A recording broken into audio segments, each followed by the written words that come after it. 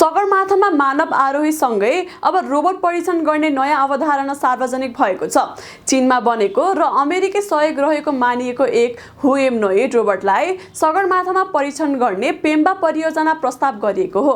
यो परियोजना अन्तर्गत युनिट्री जीवान नामका रोबोटलाई सन् 2026 को आरोहण सिजनमा सगरमाथामा पठाउने योजना छ। रोबोटलाई उच्च हिमाली क्षेत्रमा फोहोर सङ्कलन, ग्लेसियर हिमनदी निगरानी तथा कठिन वातावरणमा काम गर्न सक्ने क्षमताबारे परीक्षण गरिने बताइएको छ। तर हाल नेपालमा मानव बाहेकका नन ह्युमन आरोहण तथा अभियानका लागि स्पष्ट कानुनी ढाँचा नभएकाले यो योजना हाललाई रोकिएको छ। सरकारले यसबारे नयाँ नियम, शुल्क संरचना र मार्ग निर्देशन तयार गर्ने प्रक्रिया अघि बढाएको छ।